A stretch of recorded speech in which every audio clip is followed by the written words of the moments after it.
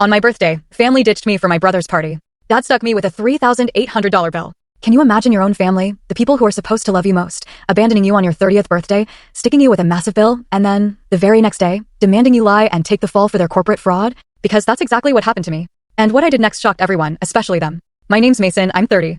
And honestly, I learned the rhythm of being sidelined long before I ever learned to parallel park. In my family, I was the reliable one. That's a polite way of saying I was the person you could lean on until the hinges screamed.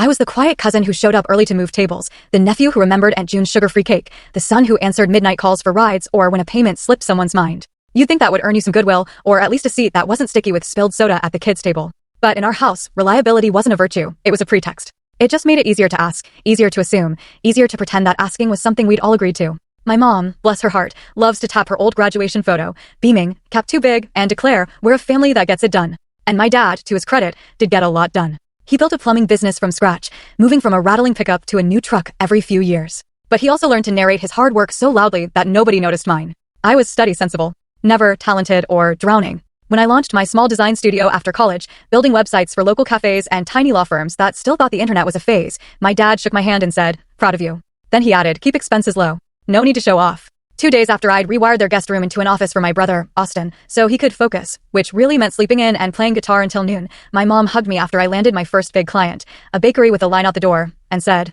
make sure you help your brother with his resume. Just like that. Help your brother, Austin. He's 26, and he has this uncanny ability to turn any room into a stage, and any stage into a mirror for himself. As kids, he'd memorize jokes for extra dessert. Mom would laugh and say, oh, you're impossible, and he'd get another scoop of ice cream. Meanwhile, I could fix a leaky sink or quietly negotiate with a landlord threatening our deposit because Dad forgot the final inspection, and Mom would just say, thank you, sweetheart. Like I'd simply restocked the paper towels. Austin's talent for attention evolved into a talent for declarations. He'd declare himself a filmmaker, then a consultant, then in tech, which basically meant sales at some software company with an open office and unlimited cold brew. He could charm anyone instantly, a real gift. But he always mistook instant for permanent and easy for earned. He truly believed doors were meant to be walked through, even if they weren't his to open. My 30th birthday dinner. I wanted it to be simple, perfect. I booked a long room at the back of my favorite restaurant, brick walls, soft lighting, plants. I arranged a set menu so my parents wouldn't complain about prices, roasted chicken with rosemary, grilled veggies, pasta, fish, and a chocolate cake with a thin line of gold leaf, because the pastry chef once told me it made people feel celebrated.